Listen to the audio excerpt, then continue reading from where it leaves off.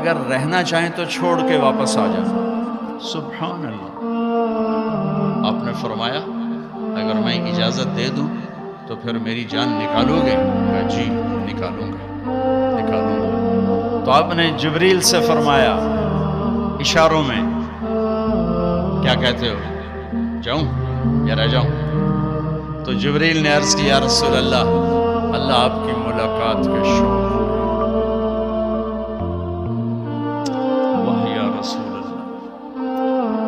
آئے آپ نے کہا جبریل واپس جاؤ، اللہ سے پوچھ کے آؤ میرے بعد میری امت کے ساتھ کیا کریں، میں پھر جواب دیتا ہوں۔ یہ سوال نہ اٹھتا تو شاید آج ہم بھی بندر خنزیر بنے ہوتے، پر اس کملی والے کو سلام پیش کرتا ہوں جنہوں نے حسن حسین کے لیے تو ہاتھ اٹھائے نہیں، انہیں تو تقدیر کے حوالے کر دیا۔ جب ہماری باری آئی تو پکار اٹھے میرے بعد میری امت کے ساتھ کیا ہوگا۔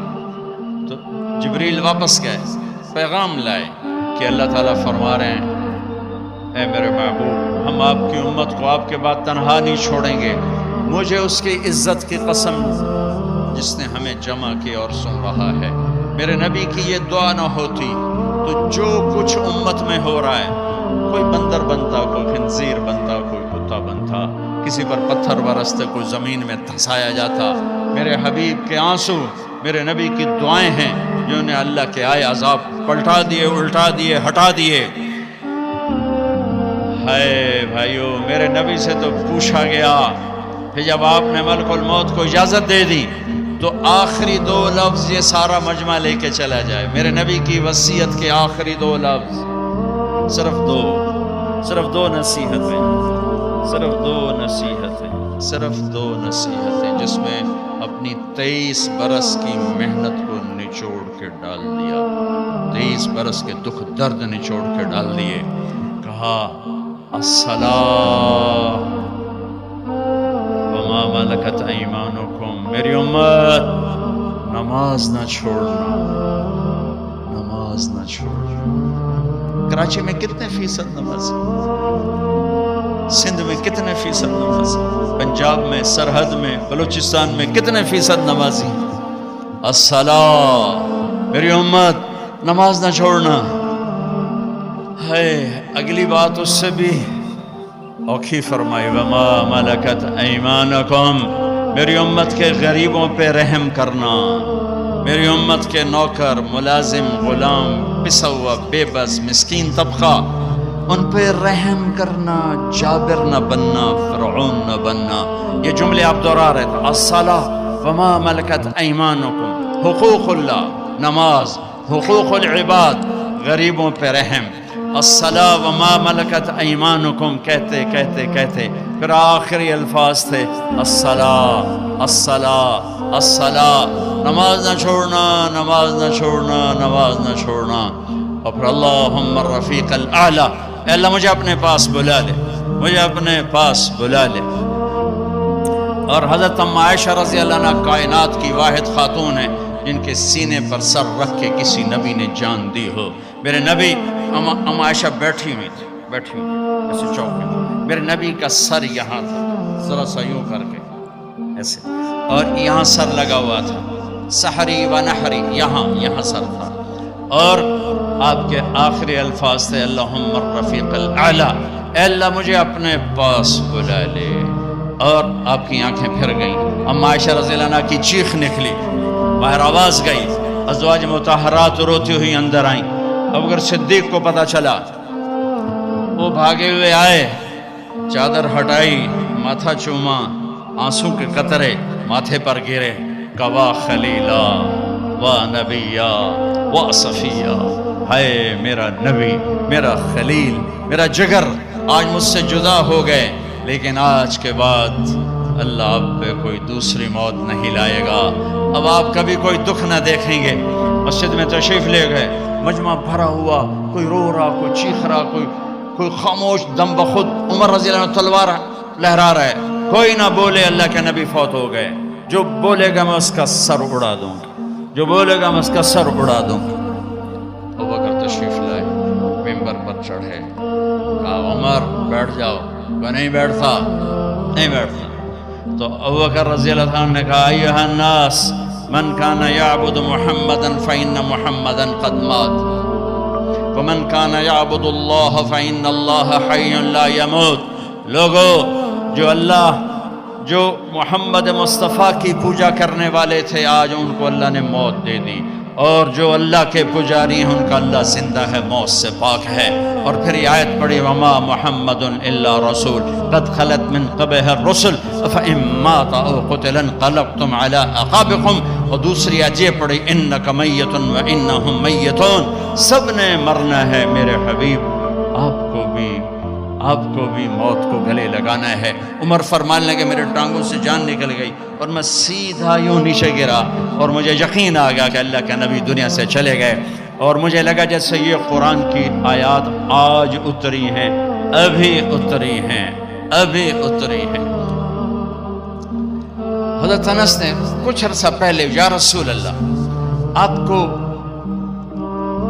صحابہ تشریف لائے تو آپ نے فرمایا میرا تم سب کو سلام ہو، جو میرے بعد میری امت ہے ان کو بھی میرا سلام کہنا، ان کے بعد جو آئیں ان کو بھی میرا سلام کہنا۔ یہ ایسا سلام کوئی امت کو دے کر نہیں گیا۔ حضرت انس نے پوچھا یا رسول اللہ آپ کو غسل کون دے گا؟ کہا میرے اہل البیت۔ آپ کو کفن کون دے گا؟ کہ میرے اہل البیت۔ آپ کو قبر میں کون اتارے گا؟ کہ میرے اہل البیت۔ آپ کا جنازہ کون پڑھے گا؟ تو آپ کی آنکھوں میں آنسو آ گئے۔ آپ نے فرمایا جب مجھے غسل دے دو، کفن پہنا دو تو سب باہر چلے جانا، سب سے پہلے میرا اللہ اپنی رحمتیں مجھ پہ نازل فرمائے گا، اس کے بعد جبر و میکائیل آ کر میرے لیے دعا کریں گے، پھر ساتوں آسمان کے فرشتے آئیں گے اور میرے لیے دعا کریں گے۔ ہمارے نبی کا جنازہ ایسے نہیں ہوا کہ امام اور مقتدی، اور پھر اس کے بعد میرے اہل البیت کے مرد آئیں گے اور وہ میرے لیے کھڑے ہو کر دعا کریں گے، پھر وہ چلے جائیں گے ان کی عورتیں آئیں گی، پھر وہ چلی جائیں گے ان کے بچے آئیں گے، پھر وہ چلے جائیں گے ان کے غلام آئیں گے، اس کے بعد مہاجرین آئیں گے وہ میرے لیے دعا کریں گے، پھر وہ چلے جائیں گے ان کی عورتیں آئیں گی، پھر اس کے بعد ان کے بچے آئیں گے، اس کے بعد ان کے غلام آئیں گے، پھر انصار آئیں گے وہ میرے لیے دعا کریں گے، پھر ان کے بعد ان کی عورتیں آئیں گی، پھر ان کے بچے آئیں گے، پھر ان کے غلام آئیں گے، پھر مجھے میرے اللہ کے سپرد کر دینا۔ تو آپ کی چارپائی مبارک کے ساتھ لوگ قطار بنا کے کھڑے ہو جاتے تھے اور ہر ایک انفرادی طور پر آپ کے لیے دعا کرتا۔ لہٰذا یہ پیر کا دن، منگل کا دن سارا گزر گیا، اب بدھ کی رات کو آپ اللہ کے سپرد کیے گئے۔ تو جب آپ کو قبر میں اتارا حضرت ابن عباس، حضرت علی نے، شقران آپ کے غلام نے، تو فضل بن عباس نے، تو جب باہر نکلے تو مغیرہ بن شعبہ قبر پر کھڑے تھے، انہوں نے اپنی انگوٹھی اتار کے قبر میں پھینک دی۔ حضرت علی سے کہنے لگے علی میری انگوٹھی گر گئی ہے، نکال لو، انگوٹھی نکال لو۔ انہوں نے کہا ہاں ابھی تو قبر بند نہیں کی، نکال لو، انگوٹھی تو خود گرائی تھی۔ نیچے گئے اور جا کر اللہ کے نبی کے جسم سے لپٹ گئے اور آپ کے بوسے لینے لگے، تھوڑے مار کے رونے لگے۔ وہ انگوٹھی بہانہ بنایا تھا، آپ سے لپٹ کے چومنا چاہتے تھے، رونا چاہتے تھے، آپ کے ماتھے کا بوسہ لیا، آپ کو لپٹ کے روئے۔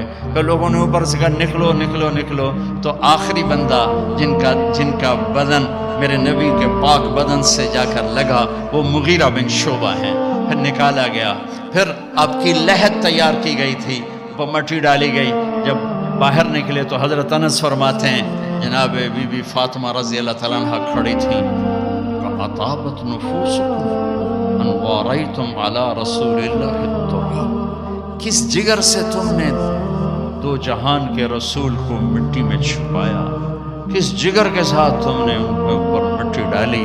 ہاں یہی اللہ کا قانون ہے، یہاں بھائیو جانا ہی طے ہے، کوئی نہیں بچا نہ کوئی بچے گا۔ تو جس سے اللہ راضی ہو گیا اس کے لیے موت سے خوبصورت کوئی پیغام نہیں ہے، جس سے اللہ راضی ہو گیا اس کے لیے موت سے خوبصورت کوئی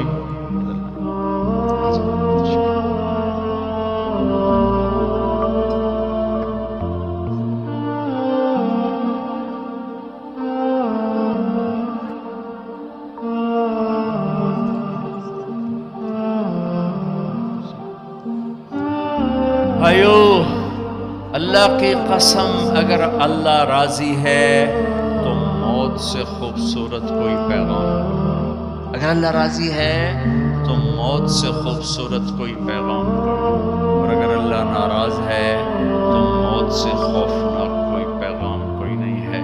اور اللہ کو راضی کرنے کے لیے بادشاہ کو فقیر نہیں بننا پڑتا، فقیر کو بادشاہ نہیں بننا پڑتا، بس کی محمد سے وفاتوں نے تو ہم تیرے ہیں، یہ جہاں چیز ہے کیا لوح و قلم تیرے ہیں۔ 3 بر اعظم کی حکومت ہے عمر بن عبدالعزیز کے، عمر بن عبدالعزیز 3 بر اعظم پر حکمران، یہ کراچی بھی ان کی حکومت کا حصہ ہے۔ اور ان کے انتقال کا وقت آتا ہے تو رجا بن حیوہ کو بلا کر فرماتے ہیں کہ رجا، میں نے 3 خلفاء کو قبر میں ڈالا، ان کے کفن کی گرہ کو کھول کے دیکھا تو ان کا چہرہ قبلے سے ہٹ چکا تھا اور رنگ کالا پڑ چکا تھا۔ کون؟ عبد الملک ابن مروان سگا چچا، ولید بن عبد الملک چچا زاد بھائی اور عبد الملک کا بیٹا، سلیمان بن عبد الملک کا بیٹا اور چچا زاد بھائی۔ سلیمان کی ڈیڈ باڈی جب قبر کے قریب کی گئی تو ہلنے لگا، ایسے سے ہلنے لگا، تو اس کے بچوں نے کہا، ان کے بچوں نے کہا ہمارے باپ زندہ ہیں، موت نہیں تھی، سکتہ تھا۔ تو عمر بن عبدالعزیز نے فرمایا بھتیجو زندگی نہیں ہے، بل عجل اللہ بالعقوبہ، عذاب قبر جلدی شروع ہو گیا، جلدی اپنے باپ کو چھپاؤ، جلدی اپنے باپ کو چھپاؤ۔ تینوں کے چہرے قبلے سے ہٹے، رنگ سیاہ۔ یہ کیا کرتے تھے؟ زانی، اللہ کی قسم زانی نہیں تھے، شرابی، اللہ کی قسم شرابی نہیں تھے، میں 1300 سال کے بعد قسم اٹھا رہا ہوں، شرابی نہیں تھے، زانی نہیں تھے، بے نماز نہیں تھے، روزہ نہیں چھوڑتے تھے، حج نہیں چھوڑتے تھے۔ ولید بن عبد الملک روزانہ تہجد میں 10 سپارے کھڑے ہو کر نماز میں پڑھتا تلاوت کرتا، 10 سپارے۔ آج بڑے سے بڑا عبادت گزار نہیں کرتا ہے، وہ نماز میں، تہجد کی نماز میں 10 پارے پڑھتا تھا اور چہرہ قبلے سے ہٹ کے سیاہ ہو چکا تھا۔ ان کا ایک اجتماعی جرم تھا، وہ ظلم ظالم تھے، ظلم، حکم، اپنی حکومت بچانے کے لیے خون بہایا۔ عمر بن عبدالعزیز نے عدل قائم کیا، کوئی لمبی تہجدیں نہیں پڑھی، لمبے روزے نہیں رکھے، عدل قائم کیا۔ تو رجا کو بلا کے فرمایا رجا میرے جانے کا وقت آ چکا ہے، دیکھنا قبر میں اتر کے میرا اللہ میرے ساتھ کیا کرتا ہے۔ جب جنازہ قبر کے قریب آیا اور قبر میں اتارنے لگے تو پرچہ آیا ہوا میں گھومتا ہوا اور عمر کے سینے پر گرا، اٹھا کے دیکھا گیا تو لکھا ہوا تھا براءۃ من اللہ لعمر بن عبدالعزیز من النار، اللہ نے عمر بن عبدالعزیز کو جہنم سے نجات دے دی۔ 3 بر اعظم کے حکومت، 3 بر اعظم۔ ہمارا ایم پی اے کہتا ہے جھوٹ کے بغیر سیاست نہیں ہے، لعنت بھیجو سیاست کو جو کل کو تجھے سیاہ منہ کے ساتھ اللہ کے دربار میں کھڑا کرے۔ ہمارا تاجر کہتا ہے جھوٹ کے بغیر تجارت نہیں، دفن کر دو اس تجارت کو جو قیامت کا دن تجھے کالا منہ کر کے اللہ کے سامنے کھڑا کرے۔ سچ یہ چمکتا سورج ہے اور جھوٹ سیاہ کالی رات ہے، ظلم و ستم سیاہ کالی رات ہے۔ 3 خلفاء نے ظلم و ستم سے اقتدار جمایا، عمر بن عبدالعزیز نے عمر فاروق کی یاد کو زندہ کر دیا، اور اللہ نے یہ تحفہ دیا کہ قبر میں جانے سے پہلے پرچہ گر رہا ہے، قبر میں اتارا گیا۔ رجا قبر میں اترے، کفن کو کھولا، فرماتے ہیں میں نے کیا دیکھا؟ میں نے یوں دیکھا جیسے 14ویں کا چاند قبر میں اتر آیا، چہرہ قبلے کی طرف، چاند جیسا چمکتا چہرہ۔ حکومت کیسے کی؟ عید کا موقع آیا، 12 بچے تھے، ماں سے آ کر کہنے لگے ماں جی عید قریب ہے، ابا سے کہو کپڑے تو لے کر دیں۔ 3 بر اعظم پہ حکومت ہے۔ ماں کون ہے؟ فاطمہ بنت عبد الملک۔ سیاست کی تاریخ میں اس سے بڑی سیاسی عورت کوئی نہیں آئی، آج تک تو نہیں آئی، کل آئے ہوئے تو میں نے پتا کوئی نہیں، آج تک کوئی نہیں آئی۔ دادا بادشاہ، باپ بادشاہ، 4 بھائی بادشاہ اور خامند بادشاہ، 7 نسبتوں سے شہزادی۔ عمر گھر میں تشریف لائے، فاطمہ کہنے لگی بچے کپڑے مانگ رہے ہیں۔ عمر کہنے لگے فاطمہ میرے پاس تو پیسے نہیں، میں کپڑے کہاں سے لے کر؟ اب دونوں میاں بیوی خاموش بیٹھے ہوئے ہیں۔ فاطمہ کہنے لگی ایک ترکیب میرے ذہن میں آئی ہے، کہو کہ اگلے مہینے کی تنخواہ ایڈوانس لے لے، میں اس سے کپڑے بنا لیتی ہوں اور روٹی کا خرچہ مزدوری کر کے نکال لوں گی۔ ہاں ہاں ہاں یہ ٹھیک، یہ ٹھیک۔ باہر نکلے ان کے خزانچی مزاحم، ابھی انہیں کی تربیت یافتہ مزاحم بھائی وزیر خزانہ کا، جی بھائی ہمیں اگلے مہینے کی تنخواہ ایڈوانس دے دیں، ہم نے بچوں کے کپڑے بنانے ہیں۔ انہوں نے کہا امیر المومنین ابھی دیتا ہوں، بس آپ لکھ کے دے دیں کہ آپ 1 مہینہ زندہ رہیں گے، پھر میں دے دوں گا۔ اب مجھے لکھ کے دے دیں کہ آپ 1 مہینہ زندہ رہیں گے، پھر میں آپ کو تنخواہ دے دوں گا۔ چھپ ہو گئے، ایک لفظ دے دو، اللہ تیرا بھلا کرے۔ گھر آ کر فرمایا فاطمہ بچوں سے کہہ دو کہ تمہارا باپ کپڑے لے کے نہیں دے سکتا۔ جیسی حکومت بنو امیہ نے کی ہے نا اسلام میں، ایسی کسی نے نہیں کی، دھڑلے والی، چاہے ظلم و ستم والی تھی، دھڑلے والی۔ اب خاندان عید کی نماز کے بعد ملنے آ رہا ہے شاہی کر و فر میں، اور بچے بھی ملنے آ رہے ہیں سادہ لباس میں۔ تو عمر کہنے لگے بچوں آج تمہیں افسوس تو ہوگا کہ ہمارا باپ کپڑے بھی لے کے نہ دے سکا۔ ان کے ایک بیٹے تھے عبد الملک، یہ باپ سے بھی 2 قدم آگے تھے، کہنے لگے ابا جان آج ہمارا سر بلند ہے کہ ہمارے باپ نے خیانت نہیں کی، خیانت نہیں کی۔ اس کا صلہ کیا ملا کہ جیسے 14ویں کا چاند قبر میں اتر پایا۔ 2.25 سال میں کسی بھیڑیے نے بکری پہ حملہ نہیں کیا۔